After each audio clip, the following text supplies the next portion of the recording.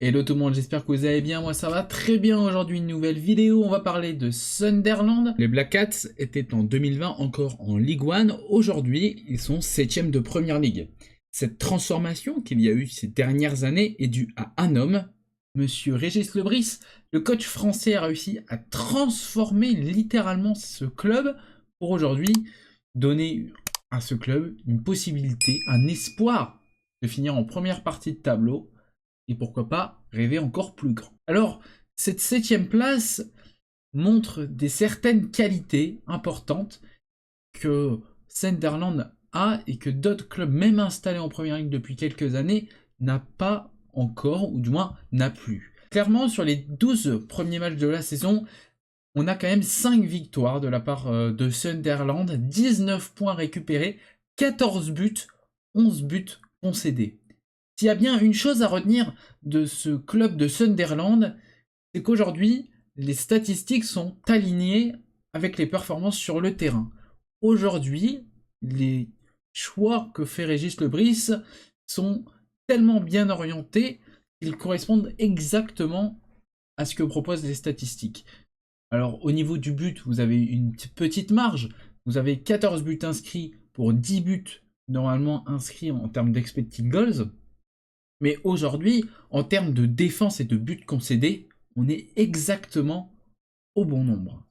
11 buts concédés, et en termes d'expected goals concédés, vous êtes à 11,23. Et cela montre que la défense de Sunderland est très costaud. Et cette défense, on y reviendra un petit peu plus tard dans cette vidéo, mais joue un rôle ultra important cette saison pour Sunderland, que ça soit pour leur jeu offensif et bien sûr leur jeu défensif. Aujourd'hui, ce club gagne en moyenne 1,6 points. Sur l'ensemble des points que Sunderland peut récupérer, 42% des points ont été récupérés par cette équipe des Black Cats. On est quand même sur presque la moitié des points qui ont été récupérés. C'est quand même une belle performance alors que vous avez joué de gros clubs, que vous êtes un promu. Certes, vous avez eu des déconvenues à certains moments, notamment un score de 2-0 face à Burnley, c'était la deuxième journée, la défaite à Turf Moor.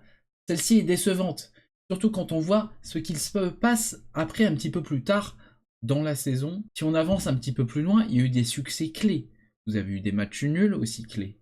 Victoire importante face à Chelsea au mois d'octobre. Qui, au début du mois d'août, pouvait se dire Sunderland allait gagner 2-1 face à Chelsea. Pas grand monde. Et ça, c'est quand même fort. En termes de match nul, vous faites un match nul face à Arsenal quand même. Un match nul face à Everton. Et c'est un Everton qui est vraiment très très bon cette saison. Donc, on a quand même des matchs que Sunderland a très très bien maîtrisé tactiquement. On a la puissance du collectif du côté de Sunderland parce que ce style de jeu est basé quand même sur une équipe qui commence avec un jeu un petit peu bloc bas, mais cette équipe qui commence un petit peu bloc bas dans les phases offensives monte d'un bloc. On a toute l'équipe qui d'un coup imprime un jeu vers l'avant pour faire monter tout le bloc d'un coup. Vous voyez, si une situation commence d'un dégagement du gardien, eh bien, tout simplement, vous avez le défenseur centre qui va se mettre un petit peu sur le côté. Vous avez le latéral qui va monter un petit peu plus.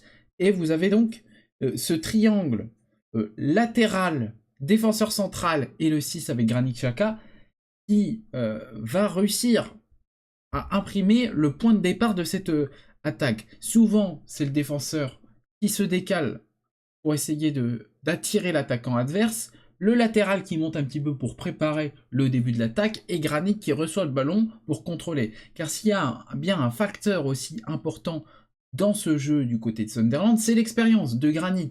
Il l'a connu avec des grands matchs avec la Suisse, avec Arsenal, avec Leverkusen. Granit a cette expérience et aujourd'hui c'est primordial d'avoir un Granit dans cet effectif de Sunderland. Et de toute façon, Sunderland cherchait ce joueur d'expérience cet été car il y avait bien eu les rumeurs Jordan Anderson également pour potentiellement un retour à la maison. Finalement, c'est Granit qui a rejoint les Black Cats. Un effectif qui n'hésite pas à se projeter rapidement vers l'avant. Et aujourd'hui, ça fait mouche avec des longs ballons dans la profondeur qui réussit très très bien. Vous avez devant un attaquant qui fonctionne très très bien avec vraiment Isidore, vraiment impressionnant cette saison. Là, il s'est un petit peu plus calmé ces dernières semaines, mais en début de saison, vraiment, il était partout, très dangereux. 4 buts quand même cette saison pour Isidore.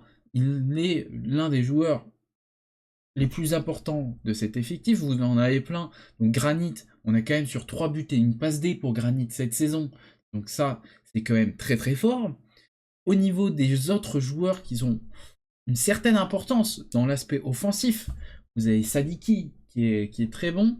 Les latéraux, donc ils n'hésitent pas à venir repiquer aussi pour densifier ce milieu de terrain.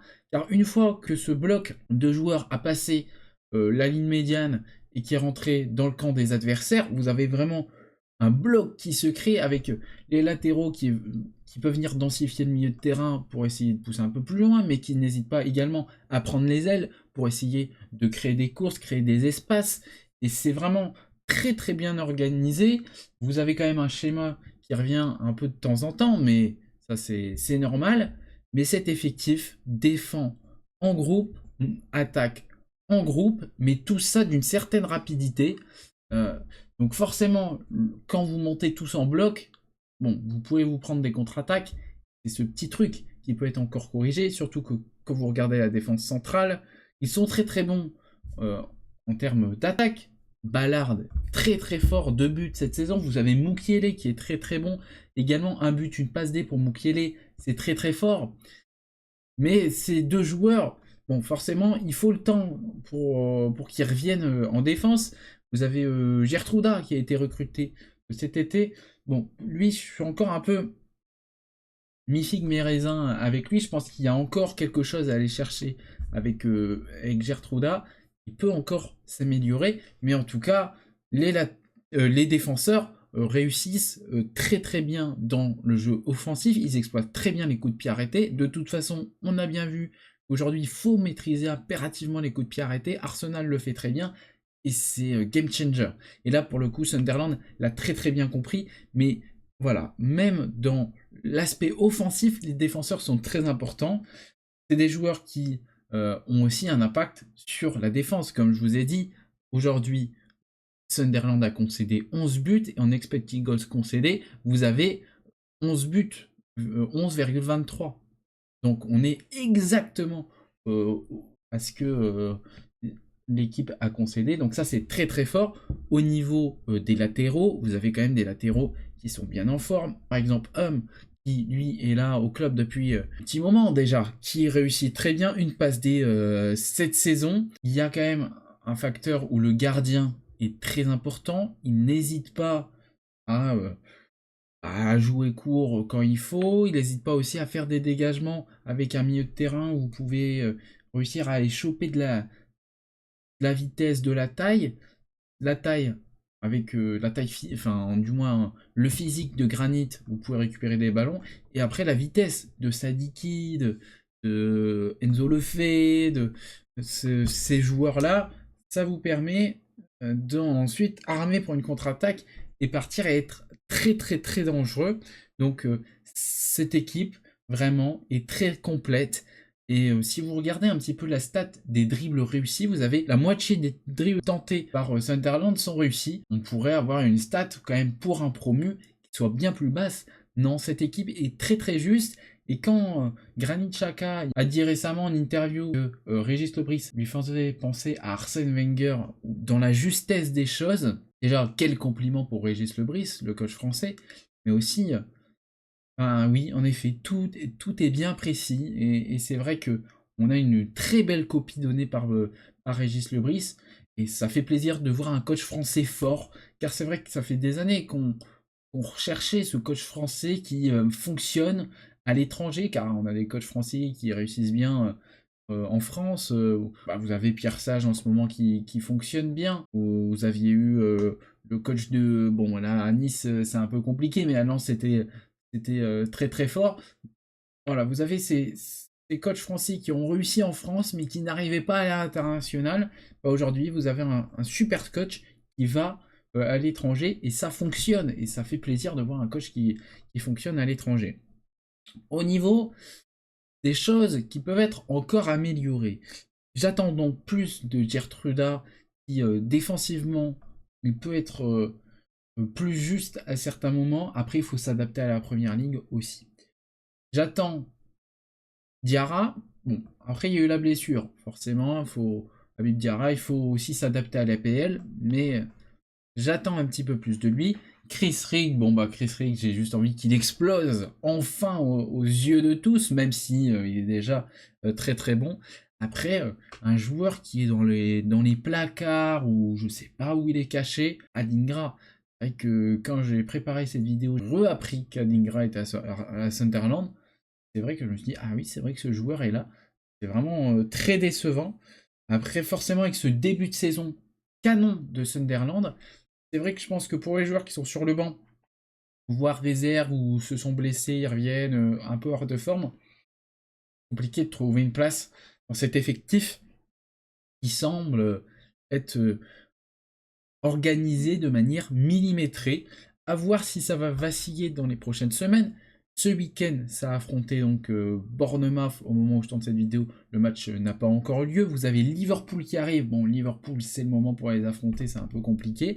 Vous avez City, Newcastle, Brighton, Leeds. L'enchaînement est quand même pas évident. Donc là, moi, je ne sais pas le résultat de Bournemouth, mais déjà, Bournemouth, c'est pas évident. Liverpool, bon, ben, ça reste Liverpool. Vous avez City très dur, Newcastle très dur, Brighton très dur, Leeds, normalement, vous devez prendre des points.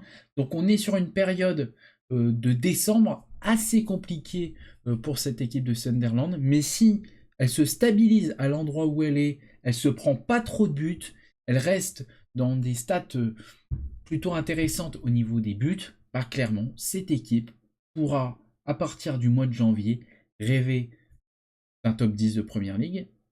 S'ils se stabilisent, c'est qu'ils sont au rendez-vous. Et bah, les places de Conference League, Europa League, on peut y rêver. Bon, attention non plus. Aussi, c'est que tout peut aller très vite en Première Ligue et il y a des équipes qui vont mal en ce moment, qui vont remonter un petit peu aussi. Je pense à Liverpool, mais il y a aussi des autres équipes qui vont aussi engranger des points, même si en ce moment c'est un petit peu compliqué. Mais en tout cas, on a une certaine stabilité des performances de Sunderland depuis le mois d'août qui est assez impressionnante et c'est vraiment intéressant de regarder les matchs de Sunderland. Il y a un mélange d'expérience, de jeunesse, de talent forcément et d'organisation millimétrée des choses. Et ça fait plaisir de voir ça. C'est rafraîchissant car on est habitué à certains types de foot et là pour le coup ça change un petit peu.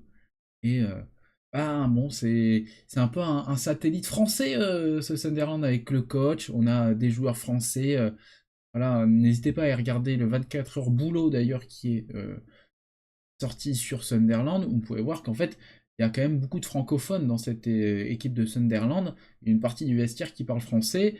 Vous avez forcément un président qui est français.